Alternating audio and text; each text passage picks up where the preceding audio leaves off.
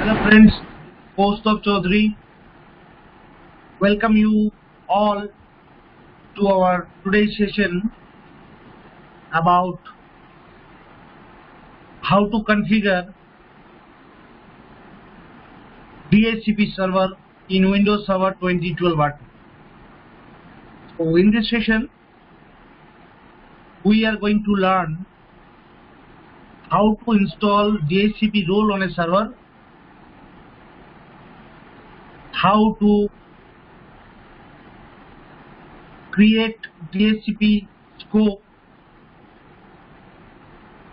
and configure the minimal requirement of a IP configuration.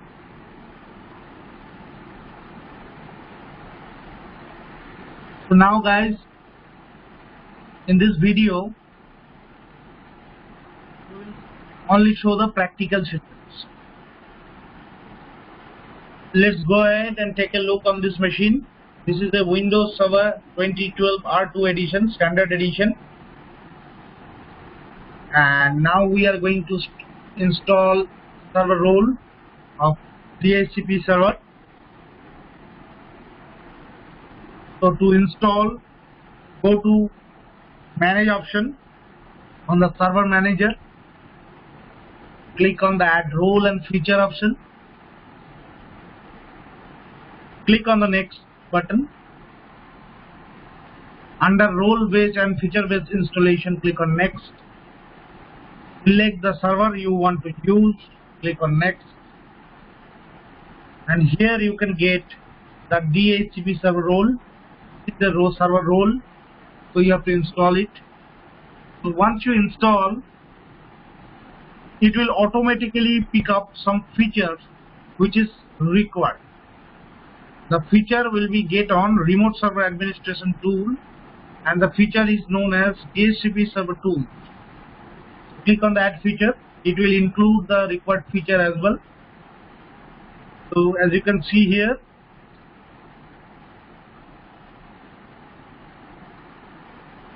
these are the feature enlisted here.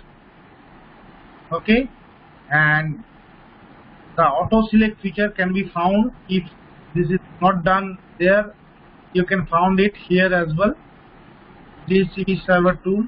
So we are going to install the DHCP server tool here. Okay, so click on the next option now, and now it is saying the minimum requirement to configure a DHCP server. Things to note: you should configure at least one static IP on your computer, which we already have done, and our IP address is 172.16.0.20 in this test machine. Before you install DHCP server, you should plan your subnets and exclusions as well. Put the plan in safe places for later references. We are already planning, guys. We are going to start our server. So let's click on the next option. So it will give us a summary page where it will show us what are the roles and features going to be installed. Click on the next option to begin the installation of the role and features.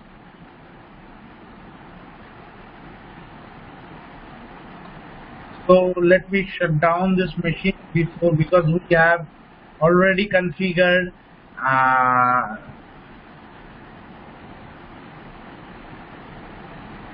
let me shut down it. Hold on. This turn off. Okay, turn off. So it will turn off the machine. So now the feature installation has been proceeded, and it will take a few seconds more time to get it installed on the server. On the left panel, as you can see here in this server, currently the server having AD server role and as well as DNS. So now we are going to install a DHCP server on this test machine. After the installation will complete, we can able to see the DHCP tool under Server Manager Tools option. Currently the installation is in process, and that's why we have to wait for certain minutes. As you can see, it has been done, and on the left panel DHCP appears. But in this dialog box, you can see here there is an option which is known as complete DHCP configuration. So if we click on that option, we can go to the direct DHCP configuration option. So if you do not want to do this, you can click on the close option, and on the side, on the notification area, if you can click, you get the same option here as well. Complete the configuration of DHCP. Click on that option first. It will give you a detailed update that who will be the designated administrators and who will be the DHCP users. We are going to authorize that one first. So we are using the default domain administrator as the administrator here. So click on the commit option. Committed. Now the configuration has been basic promotion has been done. That means DHCP, we can now configure the DHCP and roll out the IP addresses. So go to the tools option. Under tools, you can get DHCP tab, DHCP MMC. So if you can maximize it, here is our server scslab.scs.com. This is a domain machine, domain controller. So as you can see here, we can configure IPv4 as well as IPv6. Okay. So in this video, we are going to cover about IPv4 only. So here is some default option, that is server option, policies and filters are there. So the best policy is you can go to the server option first, click on the server option and go to the configure options. In this configure option, you can get additional configuration like which need to be provided along with the case, like router. It is a mandate feature. So if you can click on the right side on the checkbox, you can get an option. So you can do a you can put the router address, that means the gateway address. Here we can put our own server, scslab.scs.com, and resolve it so that it can get the IP address of this server. As you can see, we have 20 IP configured. So add now. We have configured the default router, that will be the gateway for clients. You can set the DNS server as well. The same thing here as well.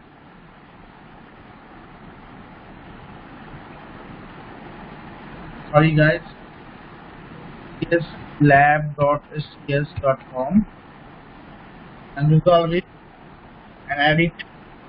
It will validating the DNS first, whether there is any DNS servers are running or not, and if the DNS service all found, then it will be automatically added on the dialog box, and you can click on the apply. These default settings are already been configured here. So you can configure other option as well. Under configure option, you can get multiple like PXE server, gateway, subnet mask, whatever you want, you can do it here as well. Classic static route, you can do it here as well. You can add the route from the DHCP as well if you want to do it. So these are the basic options which is required for a server. Now the next step is creating.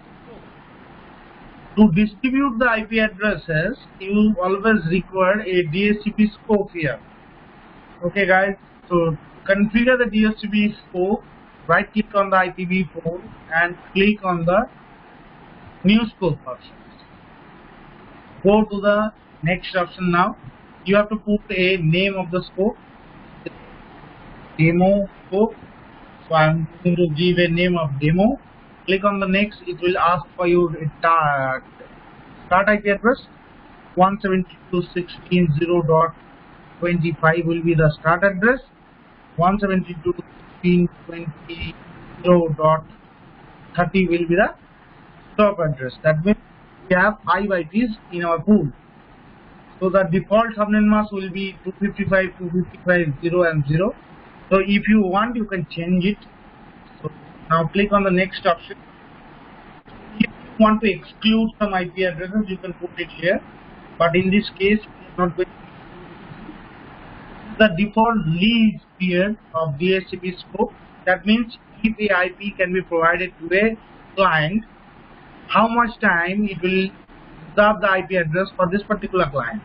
By default it is 8 days, but for the test environment we can select 8 hours, which is our duty. That means for 1 day, 1 working day. Now you can configure the scope option here as well. Though it is asking for the router, that is default gateway, we are putting the same IP address 172.16.0.20 here. You can add it. So you can ask for the DNS, it will automatically pick the SPS DNS name because this server is in the DNS. So it will automatically pull the DNS IP address available for the server. So I'm going to add this as a default, leave it as a default, because DNS servers are already being added here. Click on the next, and if you have Wins server available, Wins is an outdated technology now, so we do not have Wins configured here. So click on the next. Do you want to activate the scope now? Yes, we can activate, or we can activate it later. By default, in general cases we will activate it, but in some cases if you click on the no option and click on the next and finish, the scope will be like this on the red mark. That means it is not even activated, and the IPv4 is also having a yellow amber mark. So to activate that, you can right click on it and click on the activate option. Once you click on the activate option, the scope will be automatically being activated. Okay, so now guys, the default DNS will be default DHCP will be created here, and if you can go to the address pool, you can see what you have configured. You have configured a IP address from 25 to 30 to be for the distribution, and go to the address list. You can find whether any available client takes this IP address or not. So to test whether our DHCP is working or not, let's use a client system here. Let me connect it. This is a client system we have, and as you can see here, we are using admin and the password.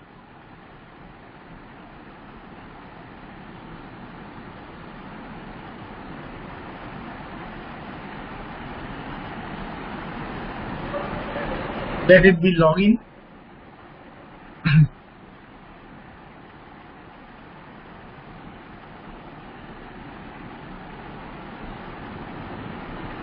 We can run the another machine here, check whether it is working or not. So let me, it is also a server guys, it is also a 2012 server. So let me run this machine. It is also in the same domain. So I'm going to log in with the local administrator, and once it is done, we can go to the network part and check whether there is any static IPs available or not. So you can see here it is taking 17. So let me check whether it is on the IPv6. Let me obtain the DNS as well. Now it is done, guys. So now we have to do one more thing. Check it properly. We have to use simple command, that is, okay guys, first need to change the language, this code, then I need the command // so it will release the IP address from the server, from the network adapter. It will take few second time to complete the IP address release process. Once it is released, as you can see, it is released now. Only IPv6 linked local address is there. So now we have to renew it as well.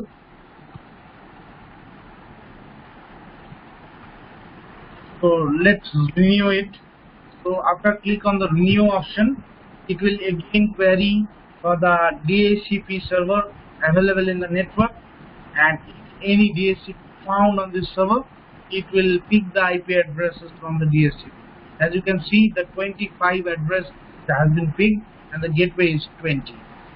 So let me close it and go back to the machine, and if in the address list, if you can refresh it, you can see that machine has been already taken address, right?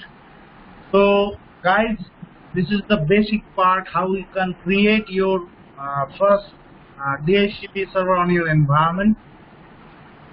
In this session we have learned about how to install DHCP role, how to configure the scope options, creating new scope, creating address pool, and distribution of IP addresses on the LAN. In the next video we will going to learn about DHCP cluster. Thanks for watching. If you guys likes my video, please subscribe my channel to get latest updates on my video. Thank you guys. Thanks for joining. Thank you.